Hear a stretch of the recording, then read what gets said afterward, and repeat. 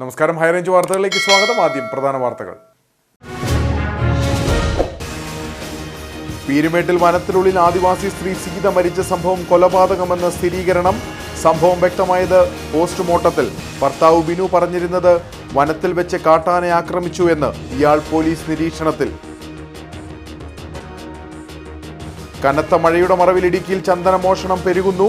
മോഷണം നടക്കുന്നത് സ്ഥിരമായി ആൾതാമസമില്ലാത്ത സ്വകാര്യ കൃഷിയിടങ്ങൾ കേന്ദ്രീകരിച്ച്. അടിമാലി ഇരുമ്പുപാലത്ത് വിനോദസഞ്ചാരിക്ക് തെരുവുനായയുടെ കടിയേറ്റു. തെരുവുനായ ആക്രമിച്ചത് കാലടിയിൽ നിന്നും മൂന്നാറിലേക്ക് വിനോദസഞ്ചാരത്തിനെത്തിയ 7 അംഗ സംഘത്തിൽപ്പെട്ട ഒരാളെ. കാലിന് പരിക്കേറ്റ ഇയാൾ അടിമാലി താലൂക്ക് ആശുപത്രിയിൽ ചികിത്സ തേടി. മൂന്നാറിൽ പ്രവർത്തിക്കുന്ന മിൽമയുടെ ശീതീകരണ പ്ലാന്റ് ഉൾപ്പെടെയുള്ള സംവിധാനങ്ങൾ സ്ഥിതി ചെയ്യുന്ന ഭൂമി ഏറ്റെടുക്കാനുള്ള കേരള ലൈവ് സ്റ്റോക്ക് ബോർഡിന്റെ നടപടിയിൽ വ്യാപക പ്രതിഷേധം. കേരള ലൈവ് സ്റ്റോക്ക് ബോർഡ് ഏകപക്ഷീയമായി തീരുമാനമെടുക്കുന്നുവെന്ന ആരോപണം. എന്നാൽ സർക്കാരിന്റെ ഉത്തരവ് പ്രകാരം പരിശീലന കേന്ദ്രം ഉൾപ്പെടെയുള്ളവ മിൽമയിൽ നിലനിർത്തിക്കൊണ്ട് ശേഷിച്ച ഭൂമിയാണ് ഏറ്റെടുക്കുന്നതെന്ന് കേരള ലൈവ് സ്റ്റോക്ക് ബോർഡിന്റെ വിശദീകരണം. വിശദമായ വാർത്തകൾ. പീരുമേട്ടിൽ വനത്തിനുള്ളിൽ ആദിവാസി സ്ത്രീ സീത മരിച്ച സംഭവം കൊലപാതകമെന്ന് സ്ഥിരീകരിച്ചു. പോസ്റ്റ്മോർട്ടം പരിശോധനയിലാണ് ഇത് വ്യക്തമായത്. വനത്തിൽ വെച്ച് കാട്ടാനെ ആക്രമിച്ചു എന്നാണ് ഭർത്താവ് ബിനു പറഞ്ഞിരുന്നത്. ഇയാൾ പോലീസ് നിരീക്ഷണത്തിലാണ്. സീതയുടെ പോസ്റ്റ്മോർട്ടത്തിൽ വന്യമൃഗ ആക്രമണ ലക്ഷണങ്ങൾ കണ്ടെത്തിയിട്ടില്ല. സീതയുടെ തല പലതവണ പരിക്കൻ പ്രതലത്തിൽ ഇടിപ്പിച്ചുവെന്ന് വ്യക്തമായി. വലതുഭാഗവും ഇടതുഭാഗവും മരത്തിൽ ഇടിപ്പിച്ചതാകാനാണ് സാധ്യത.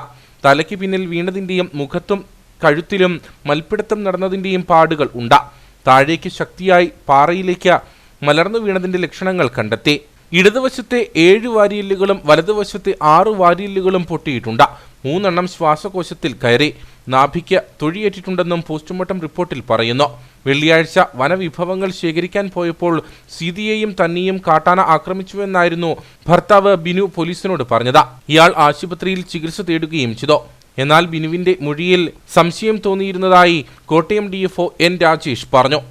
അപ്പോൾ ഇന്നലെ തന്നെ പീരുമേട് താലൂക്ക് ഹോസ്പിറ്റലിൽ ഞാൻ അന്നേരം അവിടെ സന്നിഹിതനായിരുന്ന പീരുമേട് DYSPയോട് ഇക്കാര്യം സൂചിപ്പിച്ചു. വനം വകുപ്പിന് ഇക്കാര്യത്തിലുള്ള സംശയങ്ങൾ പറഞ്ഞിരുന്നു. കാരണം എല്ലാ സ്പോട്ടിലുള്ള ലക്ഷണങ്ങളോ അവിടെ ആന വന്നതിൻ്റെ ലക്ഷണങ്ങളോ ഒന്നും തന്നെ കാണാനില്ലായിരുന്നു.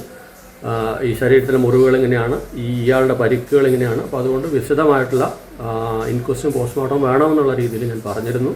അപ്പോൾ അത് ഇക്കാര്യത്തിൽ ഈ ബിനുവിൻ്റെ പരിക്കുകൾ ഇല്ല എന്നുള്ളത് വന്നതിനെ തുടർന്ന് ഇന്ന് രാവിലെ വീണ്ടും പോസ്റ്റ്മോർട്ടം നടന്ന ഡോക്ടറെ കണ്ട് ഇക്കാര്യം വിശദമായിട്ട് ചർച്ച ചെയ്തിരുന്നു. അപ്പോൾ ഈ വകുപ്പിൻ്റെ വനംവകുപ്പിൻ്റെ സംശയങ്ങളെ സാധൂകരിക്കുന്ന അല്ലെങ്കിൽ ശരിവെക്കുന്ന രീതിയിലുള്ള പോസ്റ്റ്മോർട്ടം ഫലങ്ങളാണ് ഇപ്പോൾ നിലവിൽ വന്നിരിക്കുന്നത്. ശ്രീ ബിനു കുറച്ചു കാലം ഫയർ വാച്ചറായിട്ട്, അതായത് കാട്ടുതീയുടെ സീസണിൽ ഫയർ വാച്ചറായിട്ട് വനംവകുപ്പിൻ്റെ തന്നെ ജീവനക്കാരനായിട്ട് ഞങ്ങളുടെ കൂടെ ഉണ്ടായിരുന്ന ആളാണ്. ഞങ്ങൾ കാട്ടിൽ പോകുമ്പോൾ ആനകളുള്ള സ്ഥലത്തു നിന്നെല്ലാം ഞങ്ങളെ മാറ്റി നേരെ ശരിയായ ദിശയിൽ കൊണ്ടുപോയിരുന്ന ബിനുവിന് ഇങ്ങനൊരു ആന പെട്ടെന്ന് വന്നു എന്നുള്ള അങ്ങനെയുള്ള അദ്ദേഹത്തിൻ്റെ മൊഴികളെല്ലാം തന്നെ സംശയം ബലപ്പെടുത്താനായിട്ട് സാഹചര്യം ഒരുക്കിയിരുന്നു. കാട്ടാന ആക്രമണത്തിൽ ആദിവാസി സ്ത്രീ മരിച്ചുവെന്ന വിവരമറിഞ്ഞതോടെ CPM-ഉം കോൺഗ്രസും ഉൾപ്പെടെയുള്ള രാഷ്ട്രീയ പാർട്ടികൾ പ്രതിഷേധവുമായി രംഗത്തെത്തിയിരുന്നു. പീരുമേട് വനംവകുപ്പ് ഓഫീസിലേക്ക് മാർച്ച് സംഘടിപ്പിക്കുകയും ചെയ്തു. സീതയുടെ കുടുംബത്തിന് സർക്കാർ 10 ലക്ഷം രൂപ ധനസഹായം നൽകുമെന്ന് വനംവകുപ്പ് പ്രഖ്യാപിച്ചിരുന്നു. ഇതിന്റെ ആദ്യ ഗഡുവായ 5 ലക്ഷം രൂപ കൈമാറാൻ ഒരുങ്ങുന്നതിനിടെയാണ് സംഭവം കൊലപാതകമാണെന്ന വിവരം പുറത്തുവന്നത്. സംഭവത്തിൽ സീതയുടെ ഭർത്താവ് ബിനു പോലീസ് നിരീക്ഷണത്തിലാണ്. കനത്ത മഴയുടെ മറവിൽ ഇടുക്കിയിൽ ചന്ദനമോഷണം പെരുകുന്നു. സ്ഥിരമായി ആൾതാമസമില്ലാത്ത സ്വകാര്യ കൃഷിയിടങ്ങൾ കേന്ദ്രീകരിച്ചാണ് മോഷണം നടക്കുന്നത്. പാതി മുറിച്ച് ഉപേക്ഷിച്ച മരങ്ങളുമുണ്ട്. ജില്ലയിൽ മറയൂർ കഴിഞ്ഞാൽ ചന്ദനമരങ്ങൾ കൂടുതലായി കാണപ്പെടുന്നത് അതിർത്തി പ്രദേശമായ പട്ടം കോളനിയിലാണ്. മഴക്കാലങ്ങളിലാണ് മേഖലയിൽ ചന്ദനമോഷണം വർദ്ധിക്കുന്നത്. കഴിഞ്ഞ ഒരാഴ്ചക്കിടെ മുണ്ടിയിരുമ ദേവഗിരി ഭാഗത്തെ സ്വകാര്യ ഭൂമിയിൽ നിന്ന് നിരവധി മരങ്ങൾ മുറിച്ചിട്ടുണ്ട്. കാതൽ കുറവായതിനാൽ പാതി മുറിച്ചു നിർത്തിയ മരങ്ങളുമുണ്ടെന്ന് ഭൂ ഉടമകൾ പറയുന്നു. ഇവിടെ നമുക്കൊരു 10-12 ചന്ദനം നിൽപ്പുണ്ടായിരുന്നു. അതിലൊരു 2-3 ചന്ദനം പോയി. നമ്മളിവിടെ ഇല്ലാത്ത സമയത്താണ് ഈ സാധനം പോയത്. അതുപോലെ തന്നെ മഴ സമയമായിരുന്നു. രാത്രിയിലാണ് പോയേക്കുന്നത്. ഒരു 2-3 ദിവസം മുമ്പ് ഇതേപോലെ ഒരെണ്ണം വെട്ടിയിട്ട്, ഒരു 5-6 ദിവസം മുമ്പ് ഒരെണ്ണം വെട്ടിയിട്ടിരുന്ന കണ്ടായിരുന്നു. അത് കണ്ട് ഞങ്ങൾ പോലീസുകാരെ അറിയിച്ചു. പോലീസുകാർ വന്ന് നോക്കിയായിരുന്നു. അതുപോലെ പോലീസുകാർക്ക് കേസ് കൊടുത്തായിരുന്നു. അതിൽ 2 പേരെ 2-3 ദിവസം മുമ്പ് 12 വിളിച്ച് പിടിച്ചെന്ന് പറഞ്ഞു. ഇവരാണോന്ന് അറിയത്തില്ല. കഴിഞ്ഞ ദിവസം 7 കിലോ ചന്ദനമുട്ടിയുമായി 2 പേർ പിടിയിലായിരുന്നു. മുണ്ടീരുമ മേഖലയിൽ നിന്നും മുറിച്ചു കടത്തിയ മരമായിരുന്നു ഇത്. മേഖലയിലെ പൊതുസ്ഥലങ്ങളിൽ നിന്നടക്കം ചന്ദനം മുൻപ് മോഷണം പോയിട്ടുണ്ട്. മഴ ശക്തമായ ദിവസങ്ങളിൽ രാത്രികാലങ്ങളിലാണ് മോഷണം കൂടുതലായും നടന്നിട്ടുള്ളത്. മോഷണം നടന്നാൽ പോലും നിയമപ്രശ്നങ്ങളോർത്ത് പല ഭൂ ഉടമകളും കേസിന് പോകാറില്ല. അടിമാലി ഇരുമ്പുപാലത്ത് വിനോദസഞ്ചാരിക്ക് തെരുവുനായിയുടെ കടിയേറ്റു. കാലടിയിൽ നിന്നും മൂന്നാറിലേക്ക് വിനോദസഞ്ചാരത്തിനെത്തിയ 7 അംഗ സംഘത്തിൽപ്പെട്ട ഒരാളെയാണ് തെരുവുനായി ആക്രമിച്ചത്. കാലിന് പരിക്കേറ്റ ഇയാൾ അടിമാലി താലൂക്ക് ആശുപത്രിയിൽ ചികിത്സ തേടി. ഏതാനും ദിവസങ്ങൾക്ക് മുമ്പ് മൂന്നാറിലുണ്ടായ തെരുവുനായ ആക്രമണത്തിന് പിന്നാലെയാണ് അടിമാലി ഇരുമ്പുപാലത്തും വിനോദസഞ്ചാരിക്ക് തെരുവുനായയുടെ കടിയേറ്റത്. ഇരുമ്പുപാലത്ത് വഴിയോരത്ത് കടയിൽ ചായ കുടിച്ചുകൊണ്ട് നിൽക്കവേ ഈ ഭാഗത്തുണ്ടായിരുന്ന ഒരു നായ വിനോദസഞ്ചാരിയെ ആക്രമിക്കുകയായിരുന്നു.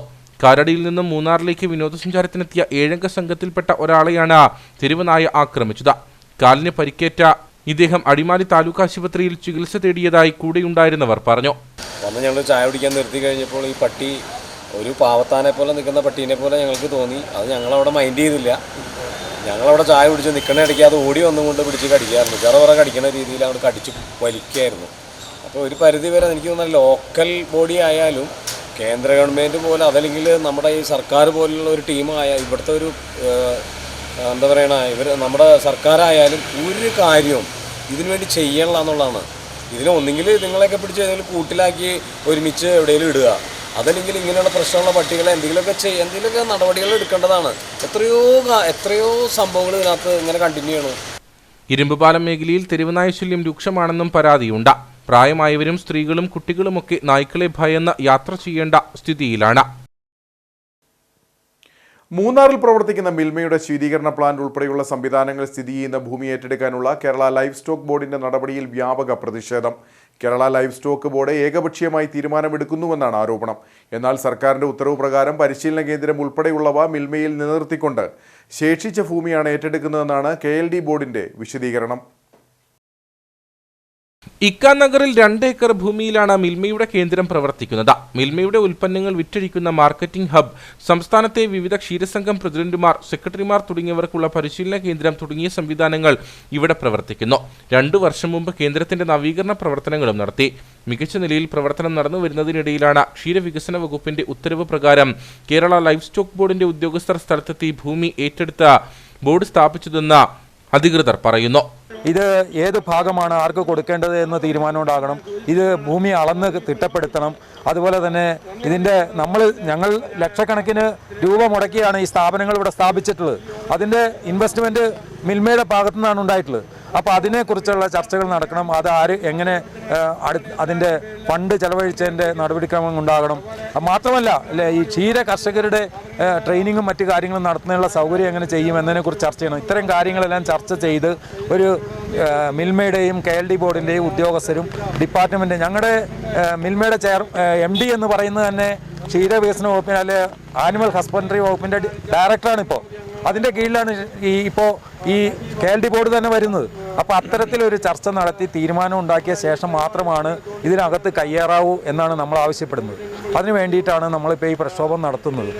ഭൂമിയിലേക്ക് റോഡ് നിർമ്മിക്കാൻ തുടങ്ങിയതോടെ വിവരമറിഞ്ഞ് സ്ഥലത്തെത്തിയ മിൽമ അധികൃതരും ക്ഷീരകർഷകരും ഇത് തടഞ്ഞു. തുടർന്ന് പോലീസ് എത്തിയാണ് ഇരുകൂട്ടരെയും പിരിച്ചുവിട്ടത്.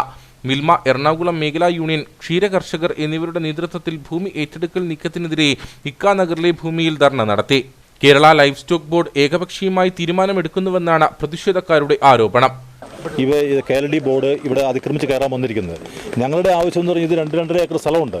ഈ സ്ഥലം ഞങ്ങളുടെ ഫെഡറേഷൻ്റെ ചെയർമാനോ ഞങ്ങളുടെ എറണാകുളം മേഖലാ യൂണിയൻ്റെ ചെയർമാനോ ബന്ധപ്പെട്ട ഉദ്യോഗസ്ഥരോ വന്ന് ഞങ്ങളുടെ ചർച്ചയിൽ പങ്കാളികളാകാതെ അവർ ഏകപക്ഷീയമായിട്ട് തീരുമാനമെടുത്താണ് വന്നിരിക്കുന്നത്. ഇപ്പോൾ അവർ പറഞ്ഞിരിക്കുന്ന ആ ഓർഡറിൽ പറഞ്ഞിരിക്കുന്ന 70 സെൻറ്റ് സ്ഥലം മിൽമയ്ക്കും 1 ഏക്കർ 30 സെൻറ്റ് സ്ഥലം KLD ബോർഡ് എന്ന് പറഞ്ഞാണ്. ഇത് എവിടെ ഏത് ഭാഗത്തുനിന്ന് എങ്ങനെ എന്നൊന്നും ഒരു വ്യക്തതയില്ല. എന്നാൽ സർക്കാരിന്റെ ഉത്തരവ് പ്രകാരം പരിശീലന കേന്ദ്രം ഉൾപ്പെടെയുള്ളവ മിൽമയിൽ നിലനിർത്തിക്കൊണ്ട് ശേഷിച്ച ഭൂമിയാണ് ഏറ്റെടുക്കുന്നതെന്നാണ് കേരള ലൈവ് സ്റ്റോക്ക് ബോർഡിന്റെ വിശദീകരണം.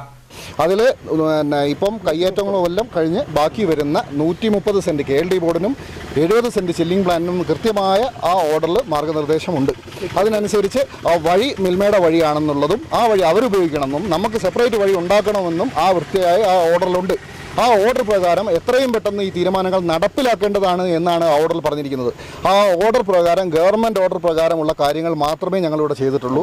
ഗവൺമെൻറ്റിൻ്റെ ഭൂമിയാണ്.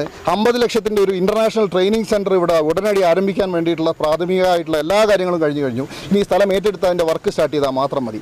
ഇത്രയും കാലമായി ഇത്രയും മൂന്നാറിൻ്റെ കണ്ണായ സ്ഥലത്ത് ഈ സ്ഥലം വെറുതെ കിടക്കുന്ന ഈ സ്ഥലത്ത് ഇപ്പോഴാണ് ഞങ്ങൾ ഈ പറയുന്ന ജിയോ പ്രകാരം ഞങ്ങൾക്ക് ഇവിടെ എന്തെങ്കിലും ചെയ്യാൻ പറ്റുള്ളൂ.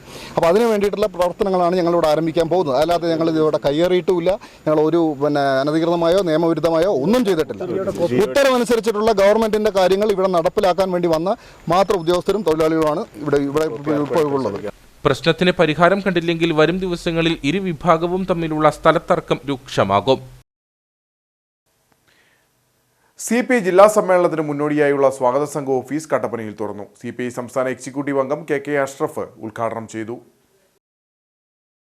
ജൂലൈ 17, 18, 19, 20 തീയതികളിലായി കട്ടപ്പനയിലാണ് CPI ജില്ലാ സമ്മേളനം നടക്കുന്നത്. ഇതിനു മുന്നോടിയായുള്ള സ്വാഗത സംഘം ഓഫീസിന്റെ ഉദ്ഘാടനമാണ് നടന്നത്. CPI സംസ്ഥാന എക്സിക്യൂട്ടീവ് അംഗം KK അഷ്റഫ് ഓഫീസിന്റെ ഉദ്ഘാടനം നിർവഹിച്ചു.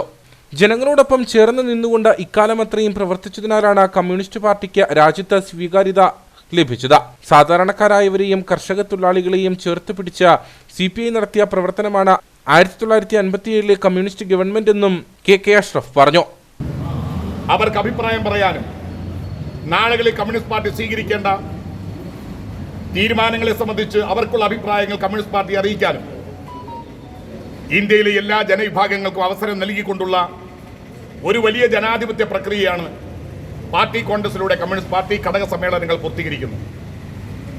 അതുകൊണ്ട് ആർക്ക് വേണമെങ്കിലും കമ്മ്യൂണിസ്റ്റ് പാർട്ടി എടുക്കുന്ന രാഷ്ട്രീയ നിലപാടുകളെ സംബന്ധിച്ചു നാളുകളിൽ എടുക്കേണ്ട നിലപാടുകളെ സംബന്ധിച്ച് അഭിപ്രായം പറയാനും അവരുടെ അഭിപ്രായം കേൾക്കാനും കമ്മ്യൂണിസ്റ്റ് പാർട്ടി എന്നും തയ്യാറാകുന്ന ഒരു പ്രസ്ഥാനമാണ്.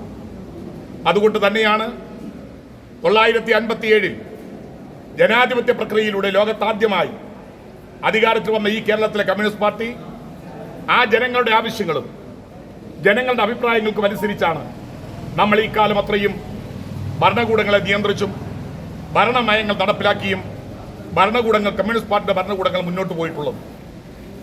ഇത് തന്നെയാണ് ഇന്നും കമ്മ്യൂണിസ്റ്റ് പ്രസ്ഥാനത്തിന്റെ ഭാഗമായിട്ടുള്ള ഇടതുപക്ഷ ജനാധിപത്യ മുന്നണിയും ഈ ഗവൺമെന്റും ഇപ്പോൾ മുന്നോട്ട് പോകുന്നത്.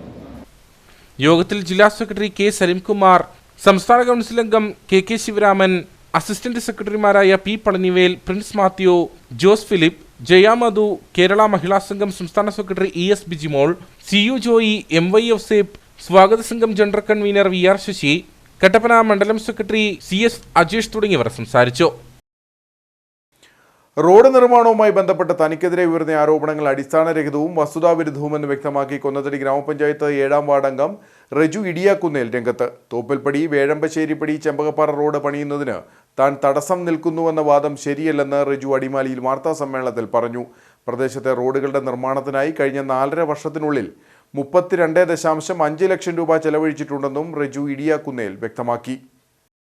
കൊന്നത്തടി പഞ്ചായത്ത് പരിധിയിൽ വരുന്ന തോപ്പിൽപ്പടി, വേഴമ്പശ്ശേരിപ്പടി, ചെമ്പകപ്പാറ റോഡ് നിർമ്മാണവുമായി ബന്ധപ്പെട്ട ഉയർന്ന ആരോപണങ്ങൾക്ക് മറുപടിയായിട്ടാണ് ഗ്രാമപഞ്ചായത്ത് 7ാം വാർഡംഗം റജു ഇടിയാങ്കുന്നേൽ രംഗത്ത് വന്നിട്ടുള്ളത്. റോഡ് നിർമ്മാണവുമായി ബന്ധപ്പെട്ട് തനിക്കെതിരെ ഉയർന്ന ആരോപണങ്ങൾ അടിസ്ഥാനരഹിതവും വസ്തുതാവിരുദ്ധവുമെന്ന് റജു വ്യക്തമാക്കി. നിലവിൽ ഫണ്ട് അനുവദിക്കുകയും വർക്ക് ഓർഡർ ആക്കുകയും ചെയ്തിരിക്കുന്നത് തോപ്പിൽപ്പടി, വേഴമ്പശ്ശേരിപ്പടി, പൊട്ടംകുളംപടി റോഡിനാണ്. ഇതിന്റെ നിർമ്മാണവുമായി ബന്ധപ്പെട്ട് സാധന സാമഗ്രികൾ ഇറക്കിക്കഴിഞ്ഞു. നിർമ്മാണത്തിന് തടസ്സം നിൽക്കുന്നുവെന്ന് പറയുന്ന തോപ്പിൽപ്പടി, വേഴമ്പശ്ശേരിപ്പടി, ചെമ്പകപ്പാറ റോഡ് മുമ്പ് പഞ്ചായത്തിന്റെ ആസ്തി രജിസ്റ്ററിൽ ഉണ്ടായിരുന്നില്ല.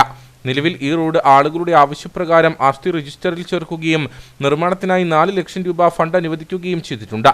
എന്നാൽ പദ്ധതി നടപ്പിലാക്കുന്നതിന് ഏതാനും സമയമെടുക്കുമെന്നും റജു ഇടിയാങ്കുന്നേൽ അടിമാലിയിൽ വാർത്താ സമ്മേളനത്തിൽ വ്യക്തമാക്കി. യഥാർത്ഥത്തിൽ ഈ ആക്ഷേപം ഉന്നയിക്കുന്നതിനകത്ത് വസ്തുതാപരമായി ഒന്നുമില്ല. കഴിഞ്ഞ 4 വർഷം കൊണ്ട് ആ പ്രദേശത്തെ റോഡുകൾക്ക്, വനഭൂമിയിലോട്ട് കടന്നു പോകുന്ന റോഡുകൾക്ക് അനുമതിയോടുകൂടി തന്നെ 32 ലക്ഷം രൂപയോളം ചെലവഴിച്ചിട്ടുണ്ട്.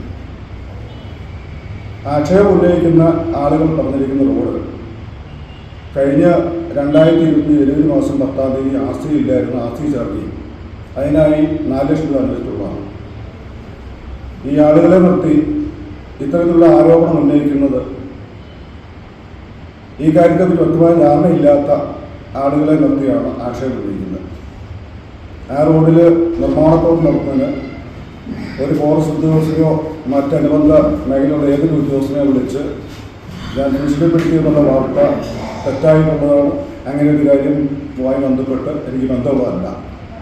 പഞ്ചായത്തിന്റെ പ്രവർത്തനങ്ങൾ നിലവിലെ നിയമങ്ങളും ചട്ടങ്ങളും അനുസരിച്ച് മാത്രമേ ചെയ്യുവാൻ കഴിയുകയുള്ളൂവെന്നും നാളിതുവരെ താൻ ഈ നിലയിൽ മാത്രമേ പ്രവർത്തിച്ചിട്ടുള്ളൂവെന്നും റിജു ഇടിയാങ്കുന്നിൽ പറഞ്ഞു. റോഡ് നിർമ്മാണവുമായി ബന്ധപ്പെട്ട് ഫോറസ്റ്റുകാരെ ഭീഷണിപ്പെടുത്തുകയോ തടസ്സം നിൽക്കുകയോ ചെയ്തിട്ടില്ല. പ്രദേശത്തെ റോഡുകളുടെ നിർമ്മാണത്തിനായി കഴിഞ്ഞ 4.5 വർഷത്തിനുള്ളിൽ 32.5 ലക്ഷം രൂപ ചിലവഴിച്ചിട്ടുണ്ടെന്നും റിജു വ്യക്തമാക്കി. അടിമാലിയിൽ നടന്ന വാർത്താ സമ്മേളനത്തിൽ റിജു ഇടിയാങ്കുന്നിലിനൊപ്പം DCC അംഗങ്ങളായ ജോസ് മുളംചിറ, ജോർജ് കോയിക്കക്കുടി, കോൺഗ്രസ് വാർഡ് പ്രസിഡന്റ് അജീഷ്, മണ്ഡലം സെക്രട്ടറി ജയൻ തുടങ്ങിയവരും പങ്കെടുത്തു.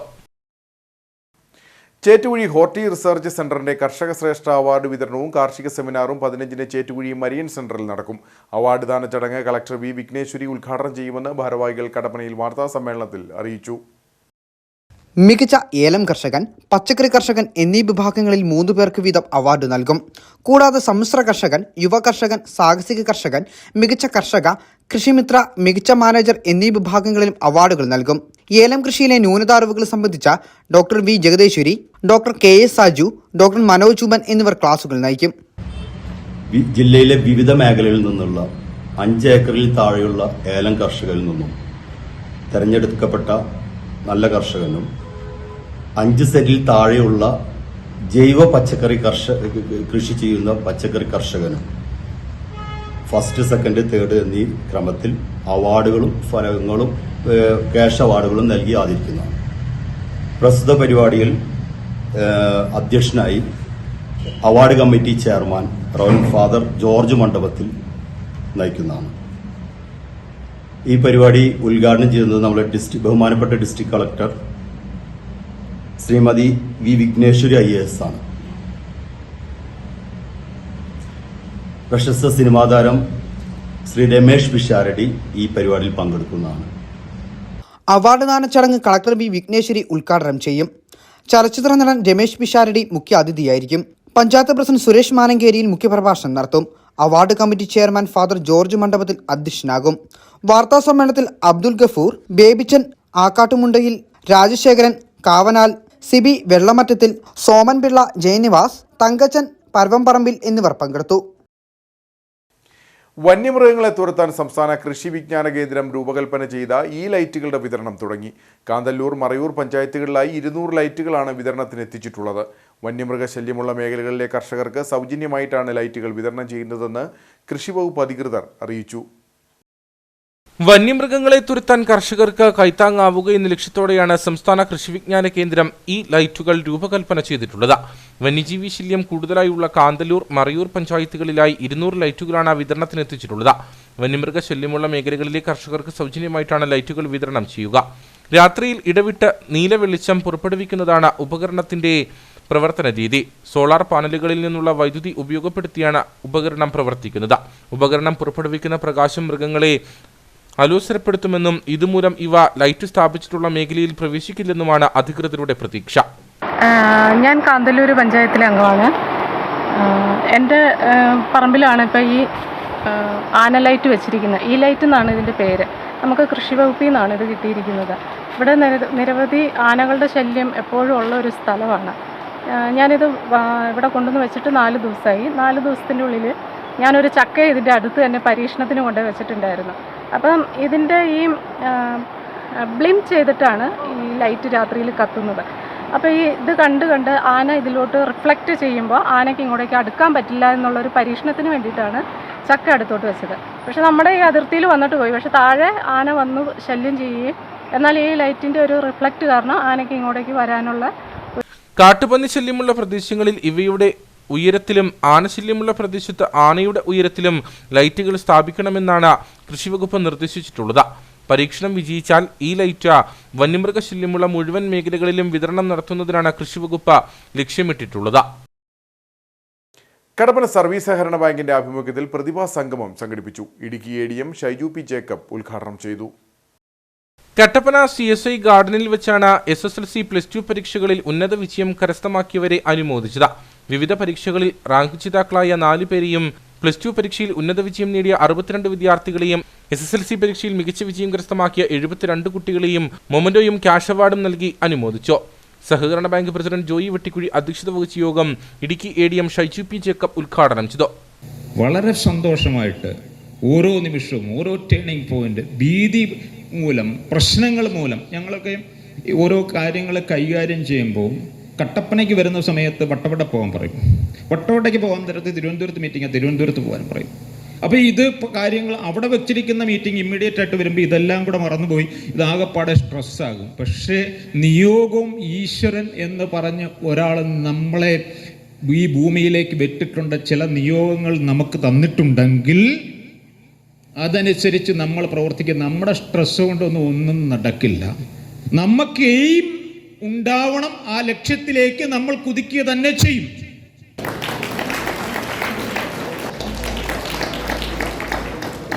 നഗരസഭാ vice chairman advocate KJ Benny, ഭരണസമിതി അംഗങ്ങളായ TJ Jacob, Joy Anathottam, Joy Purunnoli, Babu Francis, Sinu Valumel, Sajeev KS, Sajeendran Poovankal, Arunkumar KT, Sindhu Vijayakumar, bank secretary Robins George തുടങ്ങിയവർ സംസാരിച്ചു.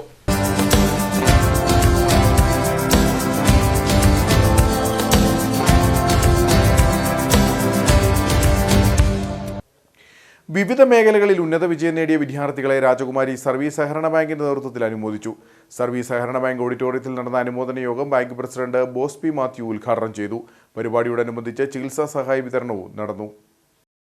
2024-25 അധ്യയന വർഷത്തിൽ SSLC +2 ബിരുദ പരീക്ഷകളിൽ ഉന്നത വിജയം നേടിയ വിദ്യാർത്ഥികളെയാണ് അനുമോദിച്ചത്. രാജകുമാരി സർവീസ് സഹകരണ ബാങ്കിന്റെ നേതൃത്വത്തിലായിരുന്നു അനുമോദന യോഗം. ബാങ്കിലെ സഹകാരികളുടെ മക്കളിൽ ഉന്നത വിജയം നേടിയവരെയാണ് ഭരണസമിതിയുടെ നേതൃത്വത്തിൽ അനുമോദിച്ചത്. ബാങ്ക് ഓഡിറ്റോറിയത്തിൽ നടന്ന അനുമോദന യോഗം പ്രസിഡന്റ് ബോസ് പി മാത്യു ഉദ്ഘാടനം ചെയ്തു. ഈ ബാങ്കുകൾ എന്ന് പറയുന്നത് സർവീസ് സഹകരണ ബാങ്കുകൾക്ക് 2-3 ഉദ്ദേശങ്ങളാണ്. സാമ്പത്തികമായി അംഗങ്ങളെ പുഷ്ടിപ്പെടുത്തുന്നതോടൊപ്പം ഈ സമൂഹത്തിന് എന്ത് ചെയ്യാൻ കഴിയും എന്നുള്ളത് കൂടി അവരുടെ പ്രസക്തിയാണ് സർവീസ് സഹകരണ ബാങ്ക്. നമ്മളെ സംബന്ധിച്ച് ഇന്ന് സർവീസ് സഹകരണ മേഖല വലിയധികം വെല്ലുവിളി നേരിടുന്ന ഒരു മേഖലയാണ്. പക്ഷെ നമ്മളെ സംബന്ധിച്ച് നമ്മുടെ ബാങ്കിന് ആ ഒരു പ്രതിസന്ധിയില്ല. നമ്മൾ വളരെ വിശ്വസ്തയോടുകൂടി കഴിഞ്ഞ മുൻ പ്രസിഡന്റുമാർ നയിച്ച ആ രീതിയിൽ തന്നെ ഞങ്ങളും വളരെയധികം വിശ്വസ്തയോടുകൂടി നമ്മുടെ എല്ലാ ഡെപ്പോസിറ്റിന്റെ മേഖലയിലാണെങ്കിലും വായ്പയുടെ മേഖലയിലാണെങ്കിലും ഒക്കെ നമ്മൾ ഒരുപാട് പുരോഗതി കഴിഞ്ഞ 3 വർഷങ്ങളിൽ ഞങ്ങൾ വന്ന കാലഘട്ടം കൊണ്ട് കുറച്ചുകൂടി പുരോഗതി നമുക്ക് കൈവരിക്കാൻ കഴിഞ്ഞിട്ടുണ്ട്. ബിരുദ പരീക്ഷയിൽ റാങ്ക് നേടിയ 2 വിദ്യാർത്ഥികളെയും +2 പരീക്ഷയിൽ ഉന്നത വിജയം നേടിയ 6 വിദ്യാർത്ഥികളെയും SSLC പരീക്ഷയിൽ ഉന്നത വിജയം നേടിയ 14 വിദ്യാർത്ഥികളെയുമാണ് അനുമോദിച്ചത്. വിദ്യാർത്ഥികളെ പൊന്നാടി അണിയിച്ചതിനൊപ്പം മൊമന്റോയും ക്യാഷ് അവാർഡും നൽകി. ബാങ്ക് വൈസ് പ്രസിഡന്റ് ജോർജ് അരീപ്ലാക്കൽ അധ്യക്ഷനായിരുന്നു. പരിപാടിയോടനുബന്ധിച്ച് 1.25 ലക്ഷം രൂപയുടെ ചികിത്സാ സഹായ വിതരണവും നടന്നു. ചടങ്ങിൽ ഡയറക്ടർ ബോർഡ് അംഗങ്ങൾ, ബാങ്ക് സെക്രട്ടറി അമ്പിളി ജോർജ്, ജീവനക്കാർ തുടങ്ങിയവർ പങ്കെടുത്തു.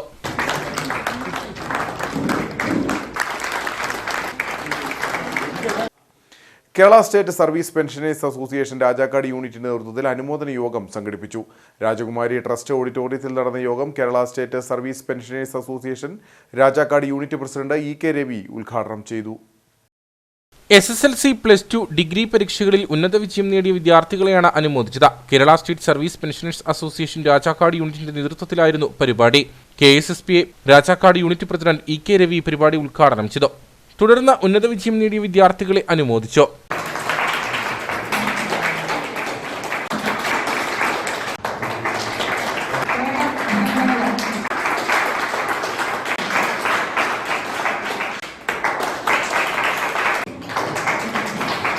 സർവീസിൽ നിന്നും വിരമിച്ചവരുടെ സംഘടനയായ KSSPയിലേക്ക് പുതുതായി എത്തിയ അംഗങ്ങൾക്കുള്ള മെമ്പർഷിപ്പ് വിതരണവും നടന്നു. യൂണിറ്റ് സെക്രട്ടറി കിങ്ങണി രാജേന്ദ്രൻ, ജില്ലാ ജോയിന്റ് സെക്രട്ടറി PN ദേവസ്യ, ജില്ലാ കമ്മിറ്റി അംഗം PG Varghese, unit vice president George Joseph, Paulose Jacob തുടങ്ങിയവർ സംസാരിച്ചു. കാഞ്ചാർ ലബക്കട JPM B.Ed കോളേജിൽ ബിരുദദാന ചടങ്ങ് നടന്നു. Kattappana saint John's hospital and education institute director brother Baiju Balupparambil പരിപാടി ഉദ്ഘാടനം ചെയ്തു. MG സർവകലാശാല 2023-25 B.Ed പരീക്ഷയിൽ കോളേജിലെ വിദ്യാർത്ഥികൾ റാങ്കുകൾ നേടിയിരുന്നു. MG സർവകലാശാല 2023-25 B.Ed പരീക്ഷയിൽ JPM കോളേജിലെ വിദ്യാർത്ഥികൾ റാങ്കുകൾ കരസ്ഥമാക്കിയിരുന്നു. 15 റാങ്കുകളാണ് വിവിധ വിഷയങ്ങളിലായി വിദ്യാർത്ഥികൾ കരസ്ഥമാക്കിയത്. ഇതേ തുടർന്നാണ് കോളേജിൽ ബിരുദദാന ചടങ്ങ് സംഘടിപ്പിച്ചത്. Kattappana saint John's hospital and education institute director brother Baiju Valupparambil പരിപാടി ഉദ്ഘാടനം ചെയ്തു. ഈ അന്ധകാരത്തെ ഇല്ലായ്മ ചെയ്യുവാനായിട്ട് നമ്മൾ പ്രകാശമാകുന്ന അറിവിനെ പകർന്നു കൊടുക്കുക എന്ന് നമ്മളൊക്കെ പറയാറുണ്ട്. ഈ 2 വർഷക്കാലം ഈ അറിവിനെ നിങ്ങൾക്ക് ഈ മാനേജ്മെന്റും ഈ ഇൻസ്റ്റിറ്റ്യൂഷൻ എല്ലാ ഫാക്കൽറ്റീസും നിങ്ങൾക്ക് പകർന്നു വരികയായിരുന്നു. ഈ നിങ്ങൾ പകർന്നു കിട്ടിയ അറിവ് പ്രകാശം നിങ്ങളിലേക്ക്, നിങ്ങൾ ഇനി നയിക്കേണ്ട കമ്മ്യൂണിറ്റിയിലേക്ക്, അല്ലെങ്കിൽ നിങ്ങളുടെ ചുറ്റുമുള്ള ജനങ്ങളിലേക്ക്, നിങ്ങൾ ആരെയൊക്കെ കാണുമ്പോൾ അവരിലേക്ക് ഈ പ്രകാശം പകർന്നു കൊടുക്കുവാനുള്ള ഒരു ഉത്തരവാദിത്വം ഈ ഇൻസ്റ്റിറ്റ്യൂഷനിൽ നിങ്ങൾ കടന്നു പോകുമ്പോൾ തീർച്ചയായിട്ടും നിങ്ങൾക്ക് ഓരോരുത്തർക്കുണ്ട്. ഈ അറിവ് പകർന്നു കൊടുക്കുവാനായിട്ട്, പ്രകാശം ലോകത്തിന് കാണിച്ചു കൊടുക്കുവാനായിട്ട് നിങ്ങൾക്ക് ഓരോരുത്തർക്കും സാധിക്കട്ടെ എന്ന് ഞാൻ ആത്മാർത്ഥമായിട്ട് ആഗ്രഹിക്കുകയും പ്രാർത്ഥിക്കുകയും ചെയ്യുകയാണ്. തുടർന്ന് ബിരുദദാന ചടങ്ങും നടന്നു.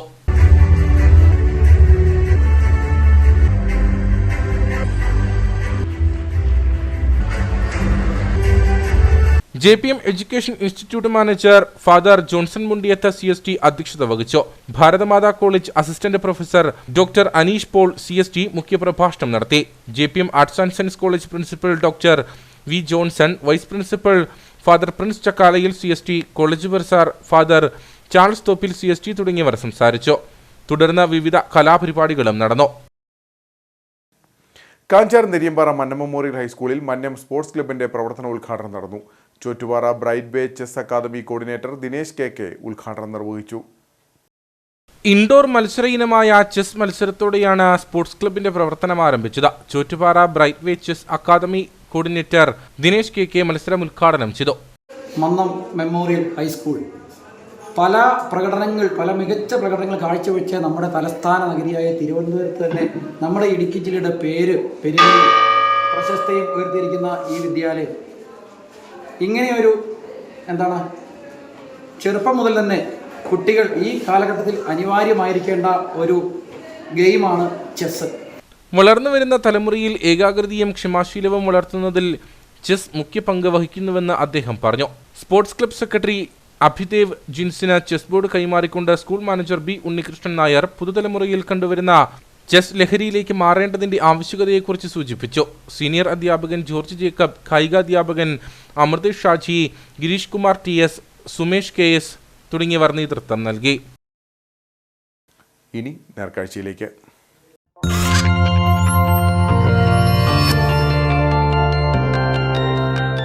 നേർക്കാഴ്ച നിങ്ങൾക്കായി അവതരിപ്പിക്കുന്നത് KG's Jewelry, കോട്ടയം കട, സിൻസ് 1950. പരിശുദ്ധ സ്വർണം വിശ്വസ്ത കരങ്ങളിലൂടെ. മഴ പെയ്യുന്നതോടെ അടിമാലി ടൗണിൽ ദേശീയപാതയിൽ ബസ് സ്റ്റാൻഡ് ജംഗ്ഷൻ ഭാഗത്തുണ്ടാകുന്ന വെള്ളക്കെട്ട് പ്രതിസന്ധിയാകുന്നു. കാൽനടയാത്രയും വാഹനയാത്രയും വെള്ളക്കെട്ടുണ്ടാകുന്നതോടെ ദുഷ്കരമാകുന്നതിനൊപ്പം വ്യാപാരികൾക്കും വെല്ലുവിളിയാവുകയാണ്. വെള്ളക്കെട്ട് ഒഴിവാക്കാൻ നടപടി വേണമെന്നാണ് ഉയരുന്ന ആവശ്യം. മഴ കനത്തു പെയ്യുന്നതോടെ അടിമാലി ടൗണിൽ ദേശീയപാതയിൽ ബസ് സ്റ്റാൻഡ് ജംഗ്ഷൻ ഭാഗത്ത് ഇതാണ് അവസ്ഥ.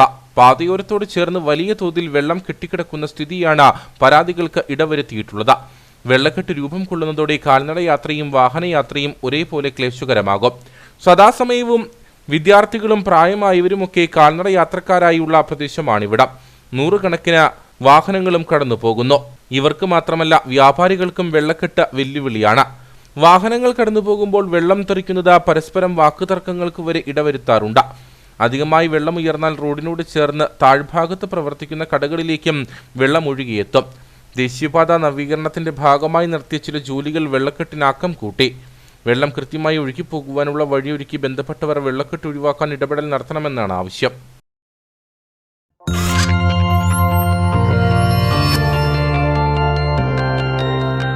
നേർക്കാഴ്ച നിങ്ങൾക്കായി അവതരിപ്പിച്ചത് KG's Jewelry, കോട്ടയം കട, സിൻസ് 1950.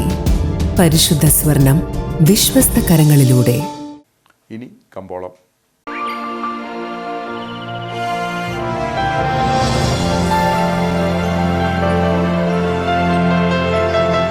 കമ്പോളം നിങ്ങൾക്കായി അവതരിപ്പിക്കുന്നത് KG's Jewelry, കോട്ടയം കട, സിൻസ് 1950. പരിശുദ്ധ സ്വർണം വിശ്വസ്ത കരങ്ങളിലൂടെ. RNS സ്പൈസസ് ഏലക്കാലയിലെ വിവരം. ആകലോട്ട് 197, വിൽപ്പനയ്ക്ക് വന്നത് 45,452, വിൽപ്പന നടന്നത് 43,495. കൂടിയ വില 2,780, ശരാശരി വില 2,462. കട്ടപ്പന കമ്പോളം. കുരുമുളക് കിലോഗ്രാമിന് 650 രൂപ. ഏലം കൂടിയ വില 2400, ഏലം ശരാശരി വില 2000. കാപ്പിപ്പരിപ്പ് 410, ഗ്രാമ്പു 750, കൊക്കോ 80, റബ്ബർ 180. സ്വർണം വെള്ളി വിപണി.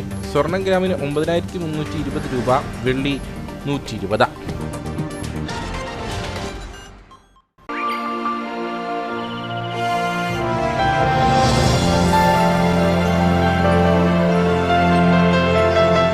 കമ്പോളം നിങ്ങൾക്കായി അവതരിപ്പിച്ചത് KG's Jewelry, കോട്ടയം കട. സിൻസ് 1950. പരിശുദ്ധ സ്വർണം വിശ്വസ്ത കരങ്ങളിലൂടെ. പ്രധാന വാർത്തകൾ ഒരിക്കൽ കൂടി. പീരുമേട്ടിൽ വനത്തിനുള്ളിൽ ആദിവാസി സ്ത്രീ സീത മരിച്ച സംഭവം കൊലപാതകമെന്ന് സ്ഥിരീകരണം. സംഭവം വ്യക്തമായത് പോസ്റ്റ്മോർട്ടത്തിൽ.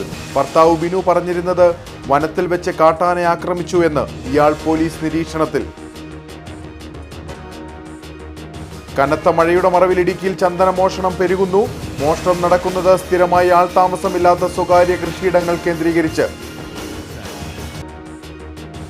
അടിമാലി ഇരുമ്പുപാലത്ത് വിനോദസഞ്ചാരിക്ക് തെരുവുനായയുടെ കടിയേറ്റു. തെരുവുനായ ആക്രമിച്ചത് കാലടിയിൽ നിന്നും മൂന്നാറിലേക്ക് വിനോദസഞ്ചാരത്തിനെത്തിയ 7 അംഗ സംഘത്തിൽപ്പെട്ട ഒരാളെ. കാലിന് പരിക്കേറ്റ ഇയാൾ അടിമാലി താലൂക്ക് ആശുപത്രിയിൽ ചികിത്സ തേടി. മൂന്നാറിൽ പ്രവർത്തിക്കുന്ന മിൽമയുടെ ശീതീകരണ പ്ലാന്റ് ഉൾപ്പെടെയുള്ള സംവിധാനങ്ങൾ സ്ഥിതി ചെയ്യുന്ന ഭൂമി ഏറ്റെടുക്കാനുള്ള കേരള ലൈവ് സ്റ്റോക്ക് ബോർഡിന്റെ നടപടിയിൽ വ്യാപക പ്രതിഷേധം. കേരള ലൈവ് സ്റ്റോക്ക് ബോർഡ് ഏകപക്ഷീയമായി തീരുമാനമെടുക്കുന്നുവെന്ന ആരോപണം. എന്നാൽ സർക്കാരിന്റെ ഉത്തരവ് പ്രകാരം പരിശീലന കേന്ദ്രം ഉൾപ്പെടെയുള്ളവ മിൽമയിൽ നിലനിർത്തിക്കൊണ്ട് ശേഷിച്ച ഭൂമിയാണ് ഏറ്റെടുക്കുന്നതെന്ന് കേരള ലൈവ് സ്റ്റോക്ക് ബോർഡിന്റെ വിശദീകരണം. ഇതോടെ ഈ വാർത്താ ബുള്ളറ്റിൻ സമാപിക്കുന്നു. നമസ്കാരം.